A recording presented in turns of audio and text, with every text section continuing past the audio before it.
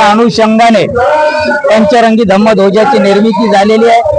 जो पंचरंगी धम्मध्वज हा निळा जो रंग आहे तो सर्व विश्वाला व्यापणारा आहे।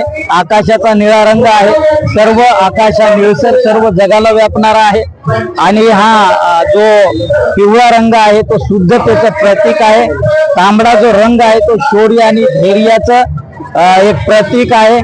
त्याच्यानंतर जो पांढरा रंग आहे हा शुद्धतेचं शांततेचं प्रतीक आहे।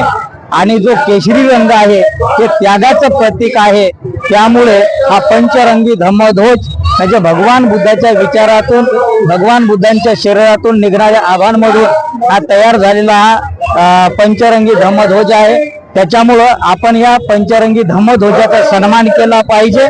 आणि ज्याप्रमाणे भारतामध्ये तिरंगा ध्वज आपण आपल्या घरावर 26 जानेवारी असेल 15 ऑगस्ट असेल म्हणजे आपण तिरंगा ध्वजाचा सन्मान करत असतो, त्याचप्रमाणे बौद्धांनी सुद्धा दरवर्षी 8 जानेवारी रोजी आपल्या घरावर पंचरंगी धम्मध्वज लावून त्याचा सन्मान केला पाहिजे।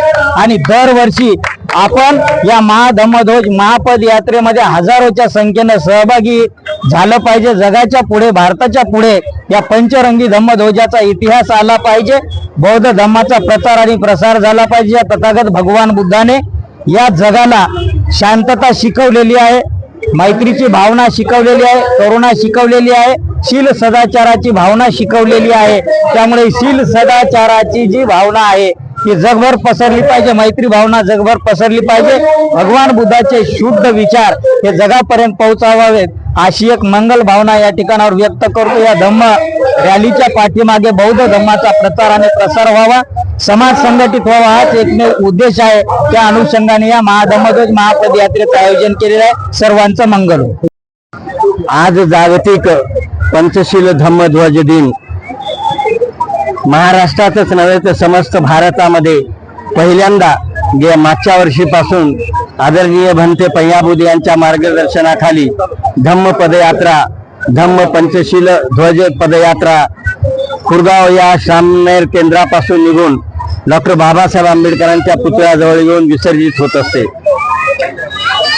बाबासाहेब आंबेडकरांनी जो संदेश गौतम बुद्धाकडून स्वीकारला होता की शांती मानव धर्म आहे आणि तो मानव धर्म लोकांपर्यंत पोहोचावा अशी जी मानसिकता डॉक्टर बाबासाहेब आंबेडकरांची होती आणि त्या मानसिकतेच्या पोटीच डॉक्टर बाबासाहेब आंबेडकरांनी आम्हाला बौद्ध धम्म देऊन आम्हाला माणूस म्हणून जगण्याचा हक्क आणि अधिकार प्राप्त करून दिला।